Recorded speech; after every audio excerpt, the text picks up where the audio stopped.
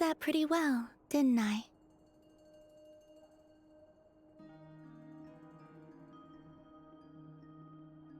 It's okay. I'm just glad no one was hurt. Paimon noticed you doing something too, Dainsleif. Were you helping get them out? Of course. When I asked Nefer to conduct this investigation, I was not naive to the dangers involved. I had a duty to ensure your safety. Good to know your sense of justice is still intact after all these years. I take that to mean that you saw the truth. That comes as a great relief. I certainly did. And thanks to your help, I also managed to trap Rerir inside the chess set. Whoa, really? How'd you manage that? Well, to be honest, I sensed that something was wrong long before we made it to the temple. By using this fragment to probe into Rerir's past, well, the monster formerly known as Rerir, it seems I alerted him. I was tracking him, then he caught on and started tracking me too. Can't say I'm surprised. But how did he track you through your thoughts alone? That shouldn't be possible. Rerir was a secret agent who reported directly to the Vinster King. He is an expert at finding a trail and hunting down his pursuers. No wonder. He infiltrated the chess set, read my thoughts, and built a new virtual chess set inside of it. That's why we weren't able to leave at first. Speaking of your chess set, it's quite a remarkable item. Would I be right in thinking you have some connection to King Deshret? You overestimate me. I only have a connection with one of his underlings, the Ibis King. You all saw how this came to be. A long time ago, the Iab massacred my tribe, the Shimti, in our home village. A few years later, I enrolled in the academia, where some new information came to light. The Unut and the Iab fought a bitter battle over the rights to a well, all for the sake of a non-existent 50 million Mora. The Iab ultimately won that confrontation, but their victory came at the cost of almost every warrior in the tribe.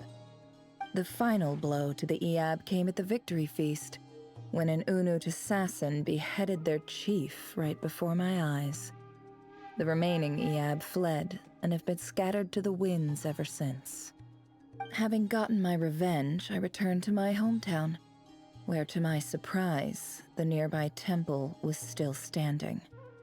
There it was, seemingly immune to the relentless hostility of the desert, while my tribal home lay in ruins. As I stood there gazing at the temple, I noticed a cat just outside. This cat, as it turned out, was home to the spirit of the Ibis King. He led me to a gate deep inside the temple, and there he made a deal with me. This chess set is my gift from the Ibis King. The chessboard within is made to the same specifications as the one in the mausoleum of King Deshret, and represents his power of piercing analysis. With this chessboard in its container, I gained a certain ability to perceive hidden secrets.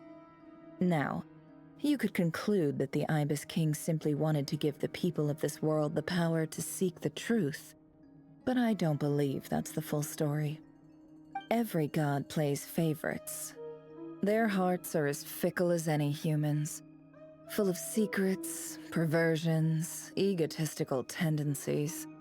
But precious few gods are willing to admit this. It is the same with all powerful forces, including fate itself. Their gaze falls preferentially upon a select few. As you rightly point out, this is an act of favoritism. If you're alluding to the Abyss, then yes, I agree. Gather the others. It's time to share everything I've learned.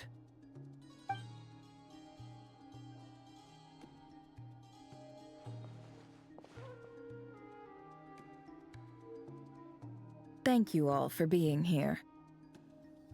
As promised, I did some further investigating into the Raker of Solnari's background. I am pleased to report that the investigation has been most fruitful indeed. The Raker of Solnari, real name Rerir, was once a Conrian subject who served the Vinster King. I will now share the important details of his story. Please save any questions or comments for the end.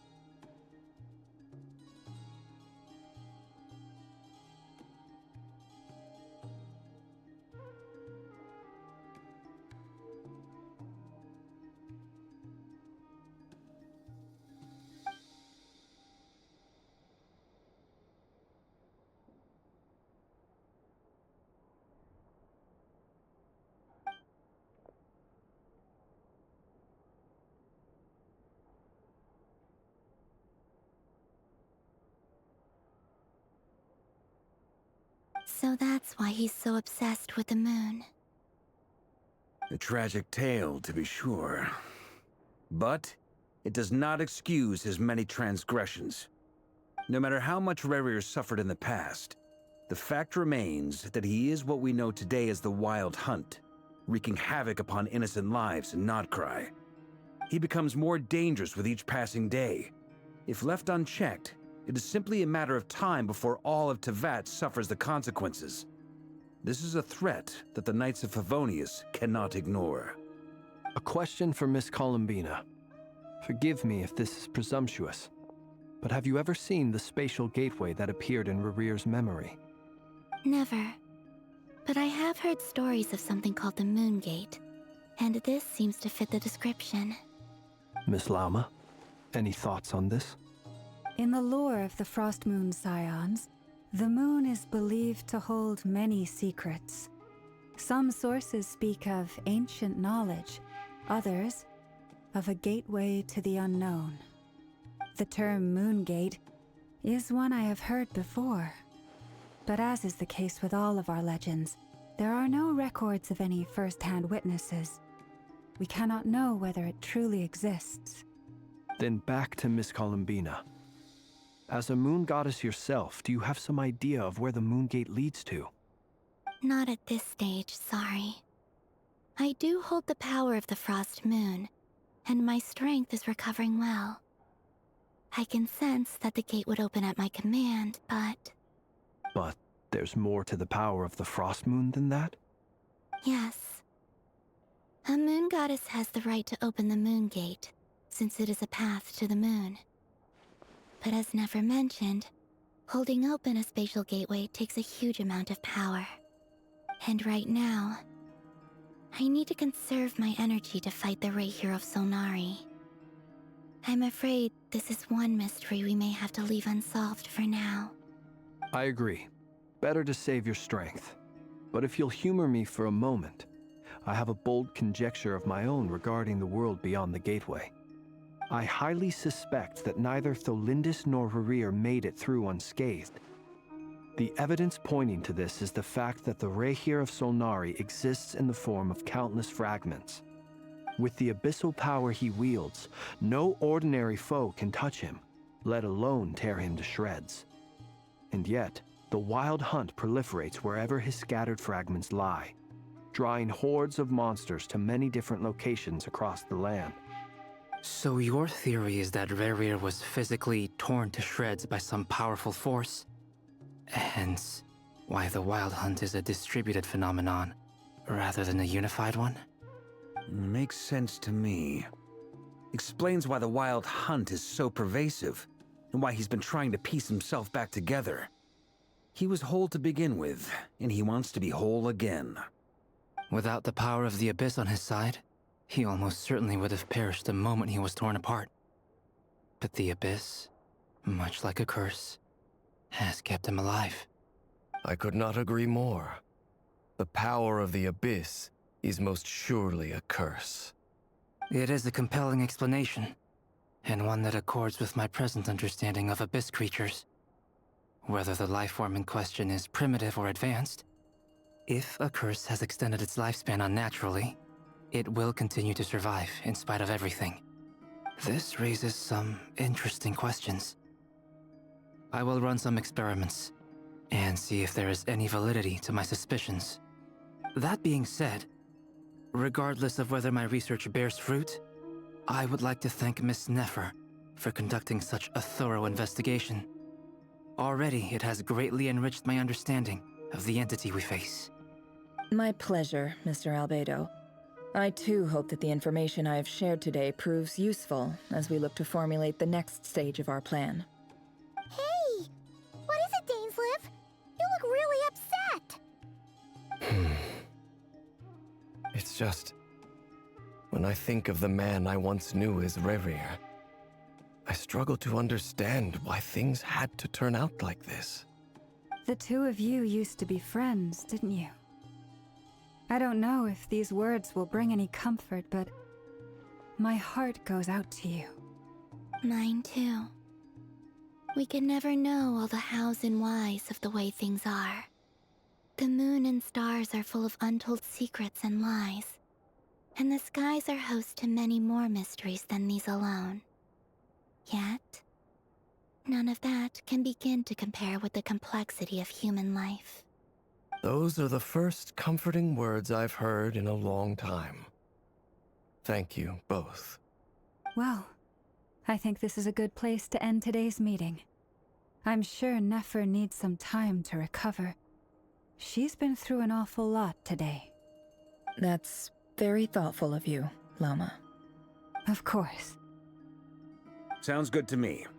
Take some time to rest and digest before we reconvene to nail down a plan.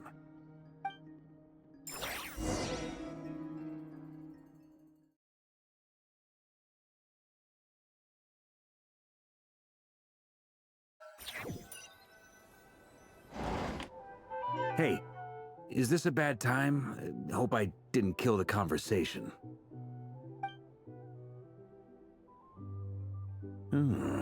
Nice room. Oh, I'm not coming in, though. Why not? It's just a hotel room. If it's all the same, I'll just stay out here. I might not look the part, but I'm technically a knight. Barging into people's private quarters isn't the kind of thing we do.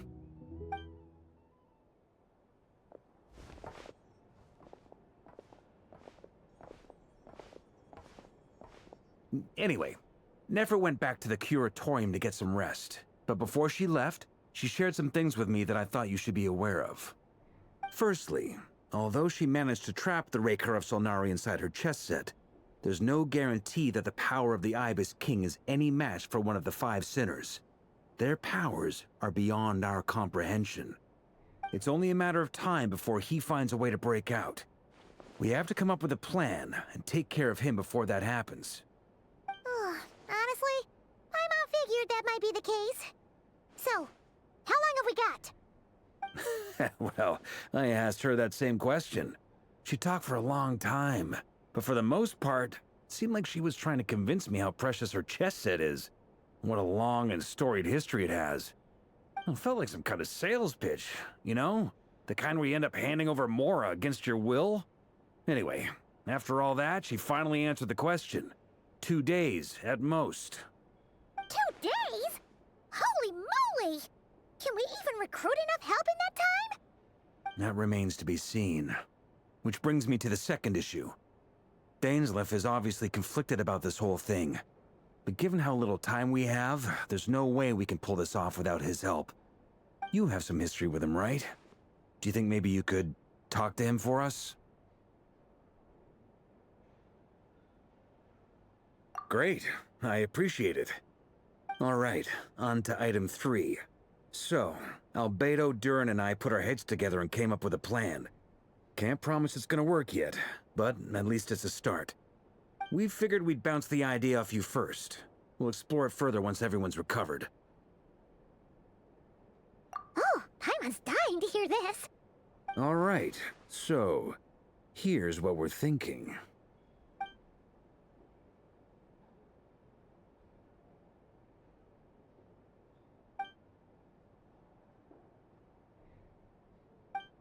We felt a little uneasy about roping you into this. I mean, firstly, you're not locals, and secondly, none of us are your boss.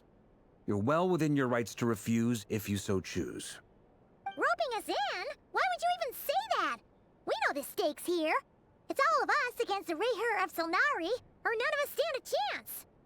I choose my words very intentionally, I'll have you know. I like to think there's an art to striking a down-to-earth tone even when the stakes are through the roof. Sir Varka, I have a few thoughts about this plan. I'm all ears. I think we can be more flexible with how the roles are allocated. In my view, the most sensible lineup would be like this.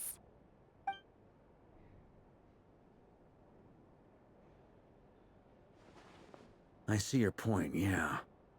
But if that's how we're going to approach this, you'd better make sure you're ready. To be clear, I don't doubt your abilities. Far from it. I just want to make sure. Are you really willing to take all this on? I want to do everything within my power. The Rayher of Solnari is a truly fearsome opponent, and if I do my part, it'll greatly reduce the risk for everyone else involved. Well, that tracks with what I've heard. Jean's mentioned in her letters that you're so diligent it's almost abnormal. As in, most people weigh up the risks and rewards in situations like this. But you seem to just march towards danger without a moment's hesitation. Of course, everyone appreciates a fearless pioneer. But all that aside, I'm the Grand Master of the Knights of Favonius, and you're our honorary knight. I want to make sure your courage doesn't come at the expense of your safety. Thank you, Sir Varka. I should be the one thanking you.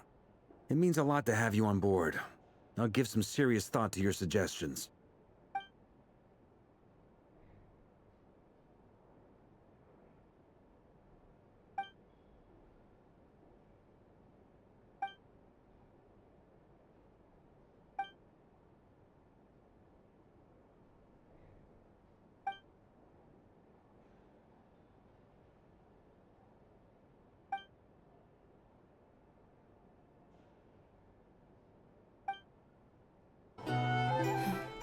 This is a thorough plan, but I do have one last question before we take action.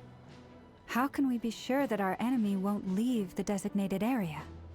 Great question. Albedo's been hard at work analyzing Rayher and the Wild Hunt's behavioral patterns.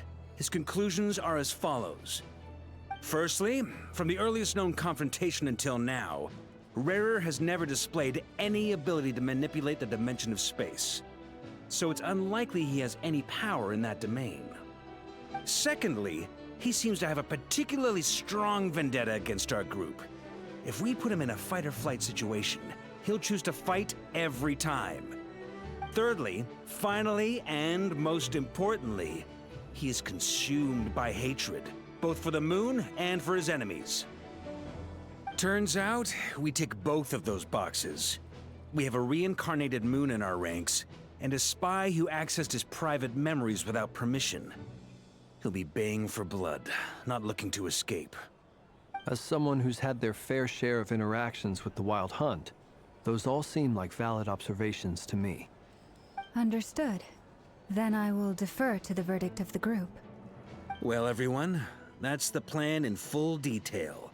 Albedo and Durin are carrying out their part as we speak. Plan approved. Scheduling. Okay, any firepower you need, I got you covered. Let's light this baby up. The Frost Moon Scions are behind you as well. And the rest of you?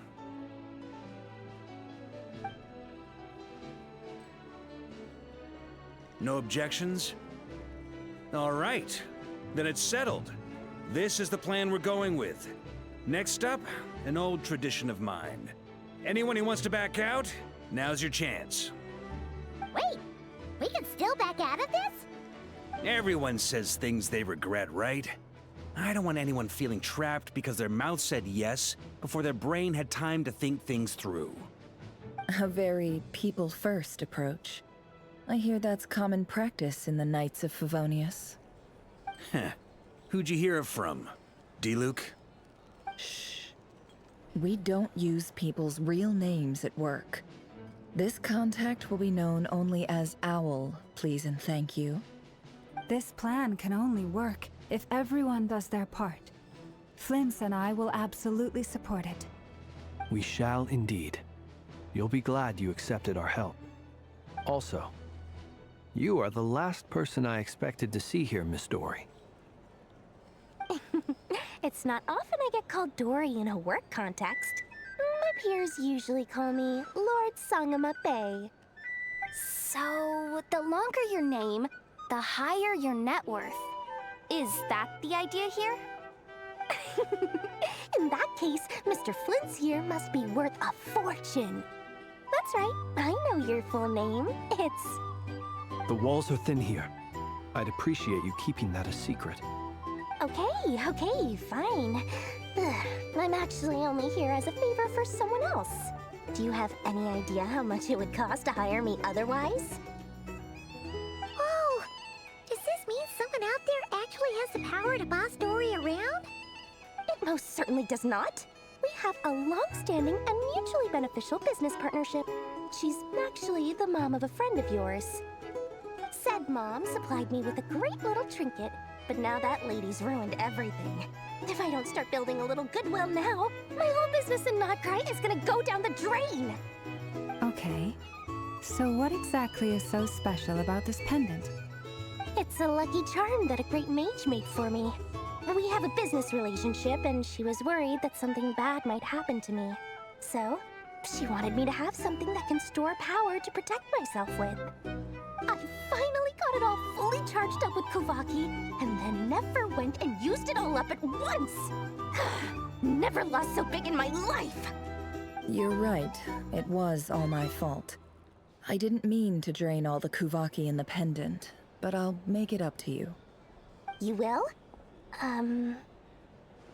Well, in that case, how about you give me your chess set, and we call it even?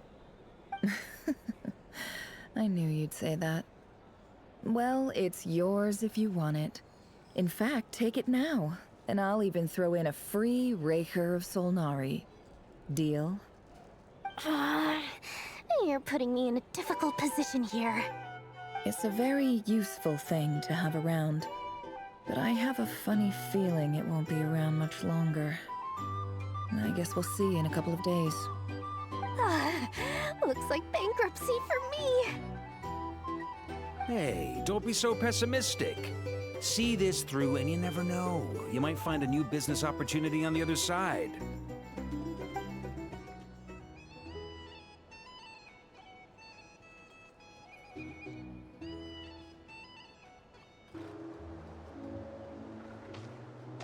Dory!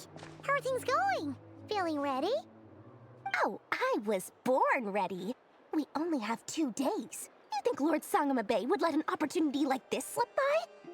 Don't forget, when something's in high demand, the people with the goods on hand get to charge the highest price of all, even higher than the sellers taking advance orders.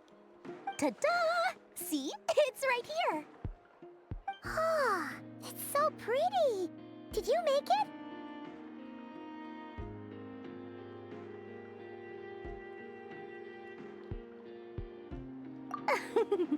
No, I have a supplier. We go way back, so he made me a very attractive offer. Aha! No wonder you were talking about lucky charms at the meeting.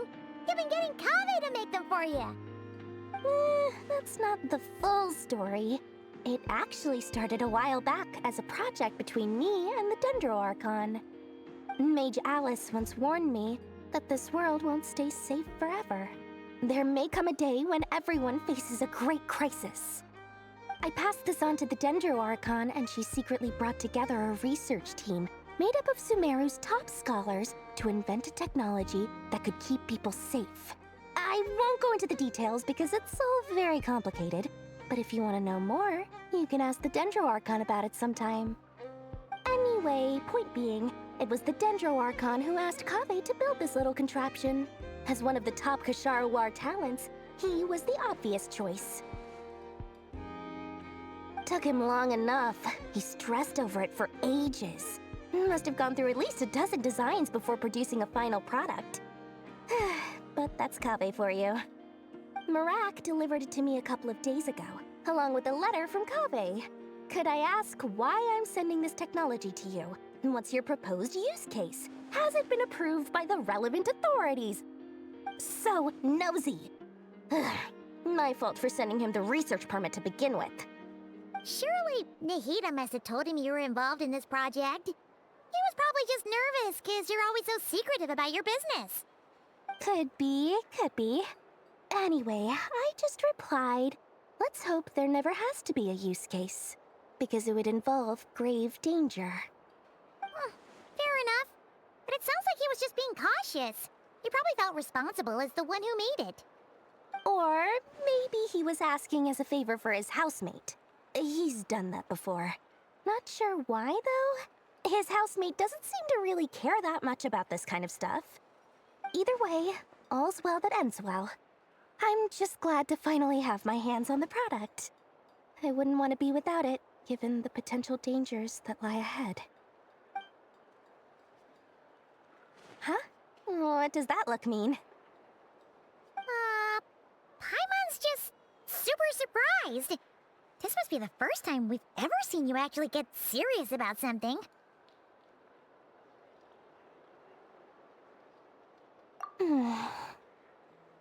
Well, a long time ago, I made a promise to myself. I promised that I was gonna live every day of my life with a big beaming smile. Obviously, Mora plays a big part in that. But there are always gonna be times in life when you have to give something back. That could mean paying back a debt, returning a favor, or showing some kindness. Alice has been a huge help to me over the years. She was the first investor I ever had. And I want my investors to know that Lord Sangamabe is the best in the business. And more than that, no one knows what the future will bring. Whatever happens, I want to make sure the Dendro Archon and all of Sumeru is prepared to face whatever comes.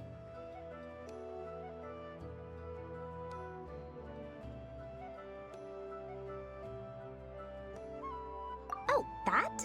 I was just making sure Nefer and I are square. Don't be thinking it was some sort of benevolent act. I'm no saint, so don't treat me like something I'm not. My priority is doing the business that I want to do, so long as my conscience lets me, but it usually does. That's the Lord Sangamabe business model. All right, if you say so. I do say so, and that's the whole point. I'm a businesswoman. Don't go trying to figure out what kind of person I am. You'll exhaust yourself. Much easier for everyone involved if you just take my word for it. Oh, and could you two help me get this stuff where it needs to be? Thanks so much. You're my favorite assistants.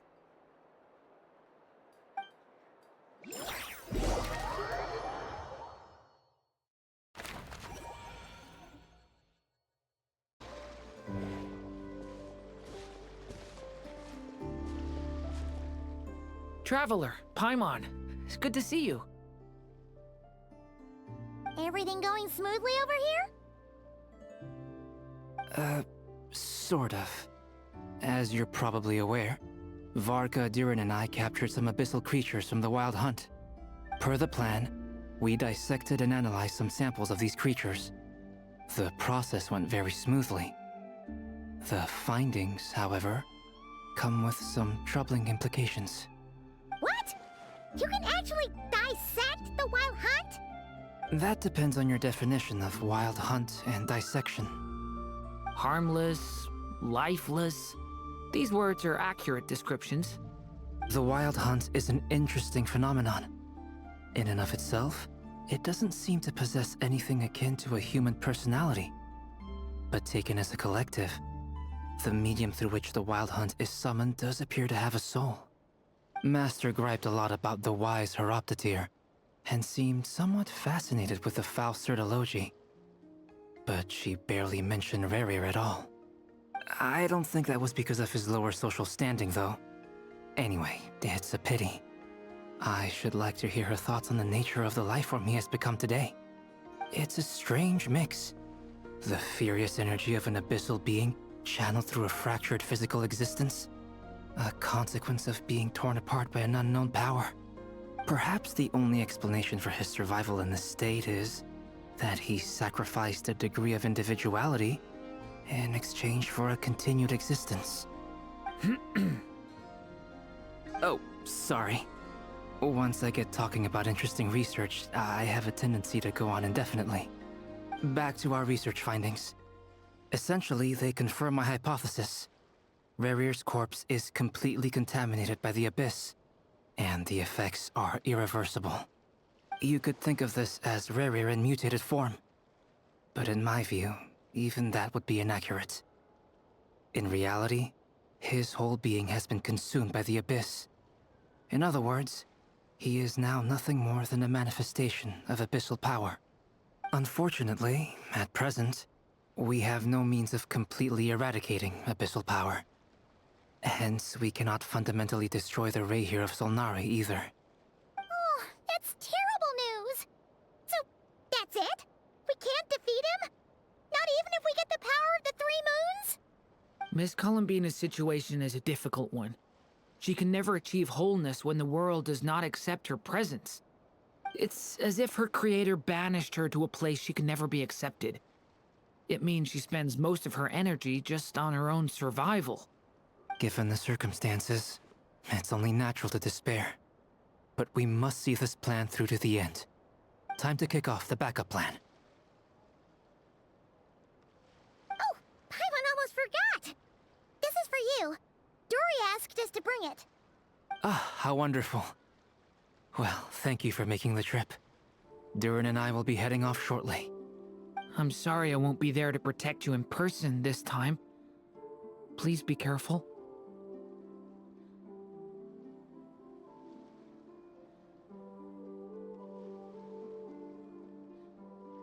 All right then. Stay safe.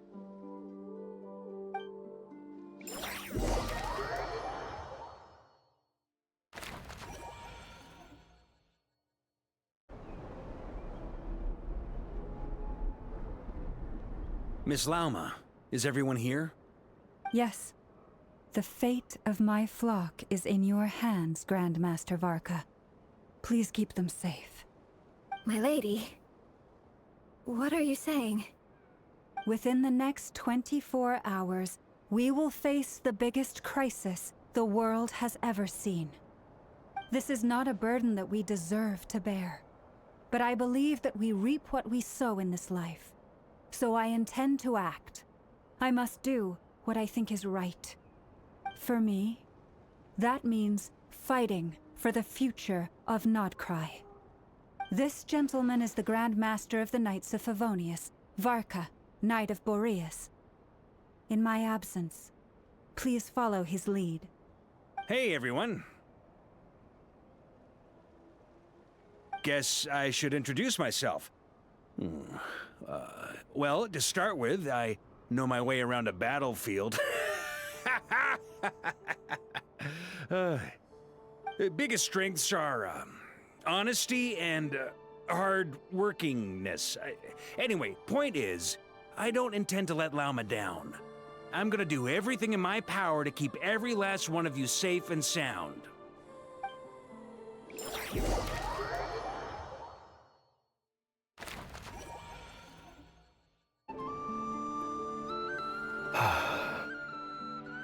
Something on your mind?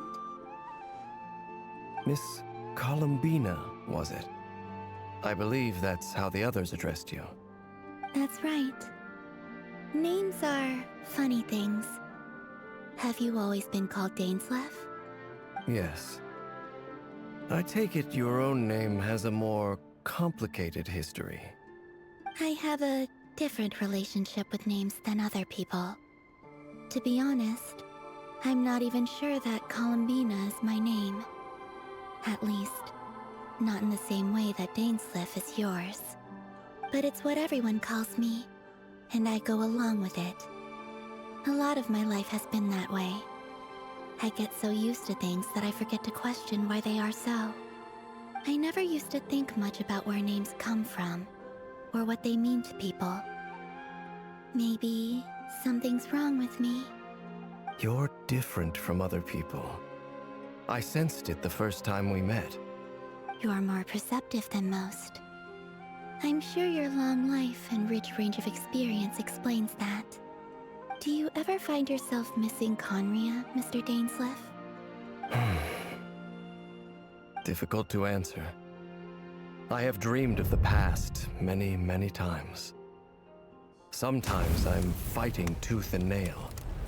Other times I'm lying on the ground, defeated. I don't recall any happy moments from that time. It has been too long. Is that because hatred survives longer than love and affection?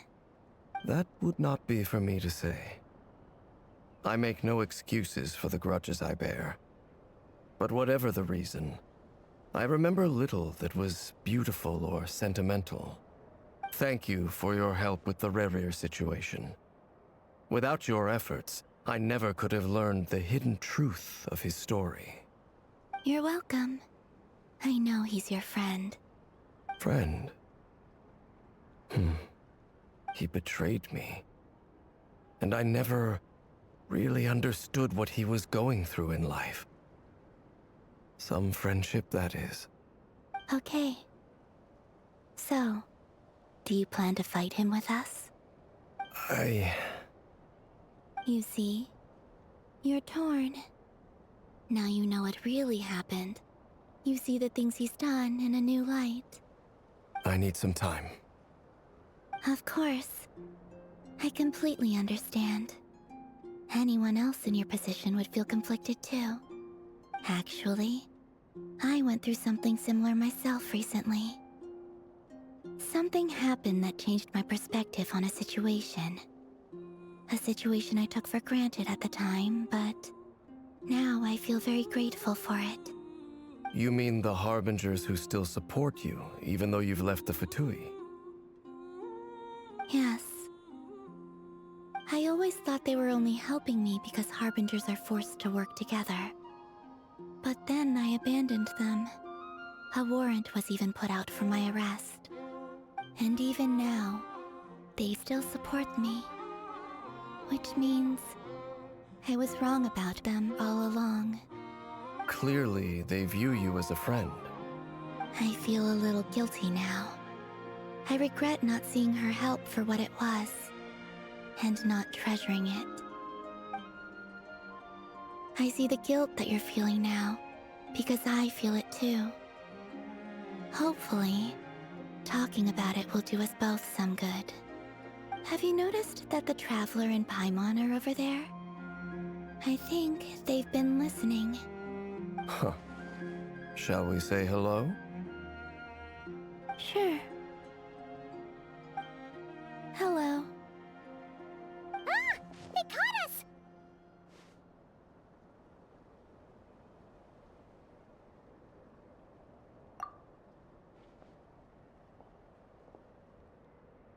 I apologize for making you worry. No doubt you wish to know where I stand on the plan to take down the Recher of Solnari. I'm afraid I need a little time, but I will seriously consider joining you. You will? Oh, thank you so much! Everyone will be so grateful to hear that! They needn't be. This was something that I was going to have to face up to eventually. That doesn't matter to them. They're grateful to you regardless. You can't control their gratitude, so just accept it. And then, have a think about whether you're willing to join us.